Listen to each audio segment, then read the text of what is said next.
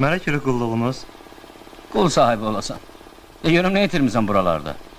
Xalam burada olur. Bəs əvvəllər haradaydın? Əvvəllər necə xalın yadıma düşmüyor? Yeri, nə qədər salamatsan. Bir də görməyim səni. Əşi, vallahi billah xalam bu evdə olur o. Elə hesab elə ki, dayı xalın burada olmuş. Nə olub, ölüb mü ya? Elə hesab elə ki, ölüb. Qandın, yoxsa qandırmaq lazımdır. Daha içdim də. Başa düşdün? Onda gəl dərsi təkrar elə. Deməli belə, sənin xalan daha bu evdə olmur. Buna görə də sən daha bu tərəflərə ayaq basmırsan. Yaxşı.